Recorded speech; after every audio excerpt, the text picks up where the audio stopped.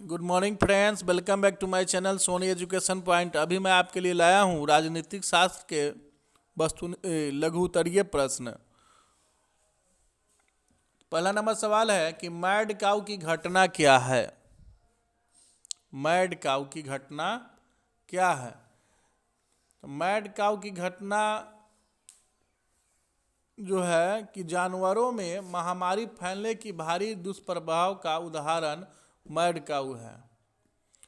1990 के दशक के उत्तरार्ध के वर्षों में ब्रिटेन ने मैड काऊ महामारी के भड़कने से अरबों डॉलर की हानि उठाई है। तो ये मैड काऊ की घटना के बारे में हम लोग जाने। अगला सवाल है कि ABM, जिसको एंटी बैलिस्टिक मिसाइल संधि कहते हैं, ABM क्या है? तो इसका उत्तर है कि यह संधि, ABM की संधि 1972 में हुई थी। इनके अंतर्गत अमेरिका और सोवियत संघ को बैलिस्टिक मिसाइलों को रक्षा कवच के रूप में प्रयोग करने पर प्रतिबंध लगा दिया था। इस संधि में दोनों देशों को सीमित संख्या में ऐसी रक्षा प्रणाली तैनात करने की अनुमति थी, लेकिन इस संधि ने दोनों देशों को ऐसी रक्षा प्रणाली के व्यापक उत्पादन पर रोक लगा दी। एंटी बैलिस्टिक मिसाइल संधि। अगला प्रश्न है कि सुरक्षा क्या है? तो इसका उत्तर है कि सुरक्षा का बुनियादी अर्थ है खतरे से आज़ादी, परंतु यह खतरा गंभीर होना चाहिए। ऐसे खतरे जिनको रोकने के उपाय न किए गए तो इससे केंद्रीय मूल्यों को अपूरित हानि हो सकती है। तो ये सुरक्षा है। अगला प्रश्न है कि 1945 के पश्चात महाशक्ति की आंतरिक सुरक्षा की क्या स्थिति थी?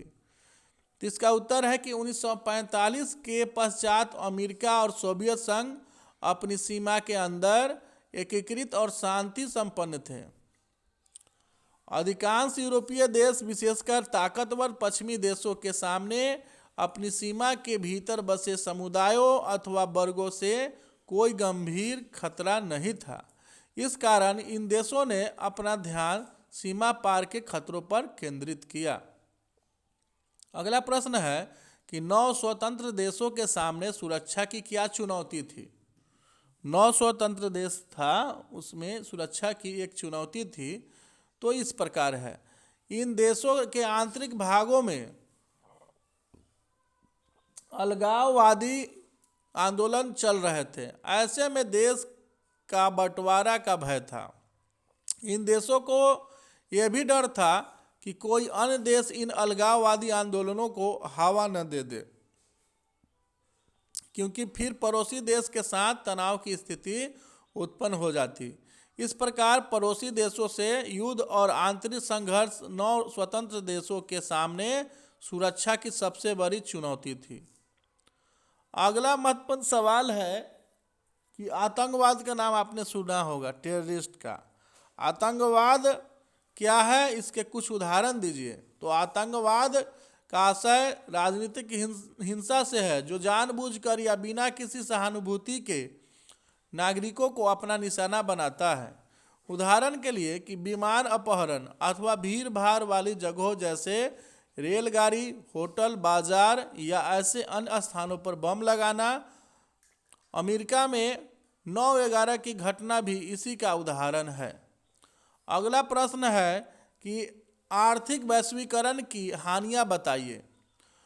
तो इसकी निम्नलिखित हानियां हैं। आर्थिक वैश्वीकरण की निम्नलिखित हानियां हैं। आर्थिक वैश्वीकरण के कारण संपूर्ण जनमत कई भागों में विभाजित हो गया और विचारों में अंतर आ गया। सरकारें अपनी जिम्मेदारी महसूस नहीं कर रही है और इससे सामाजिक न्याय को भारी धक्का लगा। आर्थिक कल्याण के लिए सरकार पर निर्भर रहने वाले लोगों की स्थिति बदतर हो जाएगी। यह हानि थी। अगला सवाल है कि मैकडोनाल्डीकरण क्या है? मैकडोनाल्डीकरण क्या है?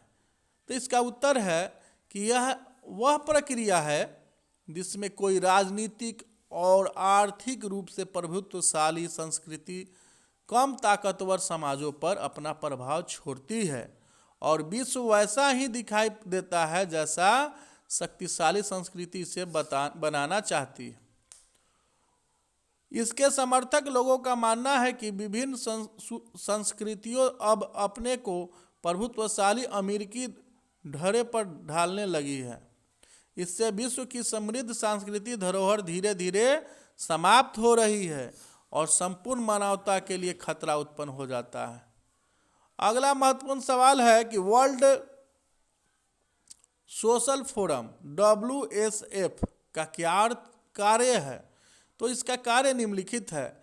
वर्ल्ड सोशल फोरम का कार्य जो है इस प्रकार है कि वह अपने कार्य से लोगों को प्रभावित करता है और वर्ल्ड सोशल फोरम नौ उदारवादी वैश्वीकरण के विरोध के लिए एक विश्वव्यापी मंच है।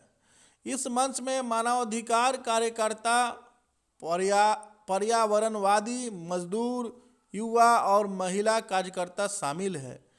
ये सभी नौ उदारवादी वैश्वीकरण का विरोध करते हैं। अगला प्रश्न है कि वैश्वीकरण के बारे में कौन सा कथन सही है। तो वैश्वीकरण एक बहुआयामी परिघटना है। नेक्स्ट है वैश्वीकरण के प्रभाव के बारे में कौन सा कथन सही है। तो इसका उत्तर है कि वैश्वीकरण से अनिवार्यता सांस्कृतिक समरूपता आती है।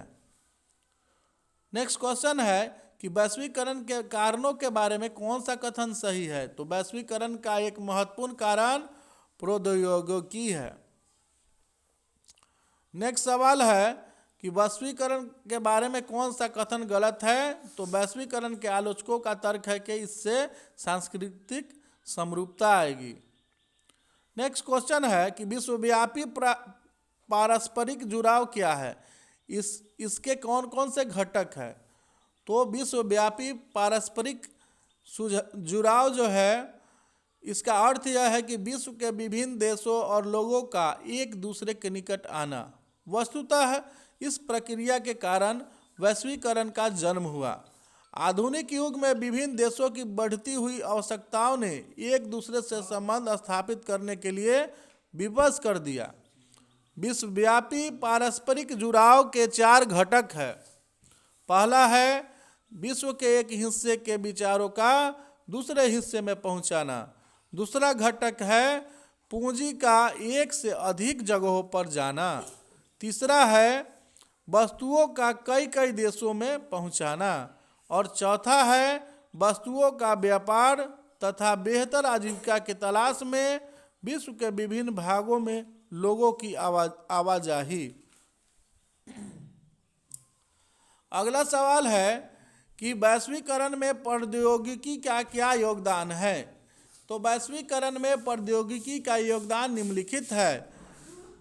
वैश्वीकरण के विकास में अनेक कारकों का योगदान है, परंतु प्रौद्योगिकी इन सबसे महत्वपूर्ण है। प्रौद्योगिकी के विकास से जीवन के सभी क्षेत्रों में महत्वपूर्ण परिवर्तन आया। दूसरा योगदान है कि टेलीफोन, टेलीग्राफ और माइक्रोचिप के नवीनतम आविष्कारों ने विश्व के विभिन्न भागों के बीच संचार की क्रांति आ गई। तीसरा योगदान है कि आरंभ में मुद्रण यानी छपाई के आविष्कार से राष्ट्रवाद को बढ़ावा मिला। प्रौद्योगिकी का प्रभाव सोचने के तरीकों पर भी हुआ। आज हम विश्व परिप्रेक्ष्य में सोचते हैं। अगला है योगदान कि विचार, पूंजी, वस्तु और लोगों को विश्व के विभिन्न भागों में आवाजाही की आसानी प्रौद्योगिकी में हुई तरक्की के कारण हुई। अगला महत्वपूर्ण सवाल है कि वैश्वीकरण के संदर्भ में विकासशील देशों में राज्य की बदलती भूमिका का आलोचनात्मक मूल्यांकन करें।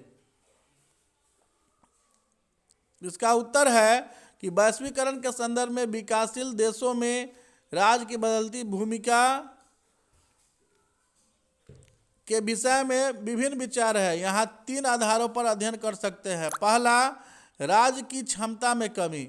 कुछ लोगों का विचार है कि वैश्वीकरण के कारण राज्य की क्षमता पर प्रभाव पड़ा है, उसकी कार्य करने की क्षमता में कमी आई है। संपूर्ण विश्व में कल्याणकारी राज्य की अवधारणा समाप्त सी हो गई है। राज्य का कार्य सीमित हो गया है, उसका कार्य केवल कानून व्यवस्था एवं सुरक्षा रखना रह गया है। वह अनेक सामाजिक एवं आर्थिक कार्यों से मुक्त हो गया है। विश्व में बहुराष्ट्रीय कंपनियों के फैलाव के कारण सरकारों का निर्णय लेने की कार्य संकुचित हो गया है। दूसरा है कि राज्य की भूमिका अपरिवर्तनीय है। कुछ अन्य लोगों का विचार है कि वैश्वीकरण के कारण राज्य की भूमिका में कोई परिवर्तन नहीं आया है। राजनीतिक समुदाय के रूप में उसकी प्राधान्यता कायम है और उसे कोई चुनौती नहीं दे सकता। अनेक प्रतिकूल परिस्थितियों में भी राज्य अपना मुख्य कार्य कानून व्यवस्था तथा राष्ट्रीय सुरक्षा का कार्य कर रहा है। वह कोई कार्य अपनी इच्छा के विरुद्ध नहीं करता। और तीसरा है राज्य की शक्ति में वृद्धि हुई। ये जो है आलोचनात्मक मूल्यांकन है वैश्वीकरण का। कुछ राजनीतिकों का कथन है कि वैश्वीकरण के फलस्वरूप राज्य की शक्ति में वृद्धि हुई है। इसके कारण राज्यों को अत्याधुनिक प्रौद्योगिकी प्राप्त है। इसके द्वारा राज्य अपने नागरिकों के विषय में सूचनाएं एकत्र कर सकता है और व्यवस्थित ढंग से सेवा कर सकता है। नेक्स्ट प्रश्न है कि वैश्वीकरण की आर्थिक परिणतियां क्या हुई है। इसके संदर्भ में वैश्वीकरण ने भारत पर कैसे प्रभाव डाला है। तो वैश्वीकरण की आर्थिक परिणतियां लाभ के रूप में है। पहला, आर्थिक वैश्वीकरण की प्रक्रिया में विश्व के विभिन्न देशों के बीच आर्थिक प्रवाह तेज हो जाता है। दूसरा है, आर्थिक प्रवाह में वस्तुओं, पूंजी और विचारों का प्रवाह होता है। तीसरा है कि इसके कारण वस्तुओं के व्यापार को फायदा हुआ है।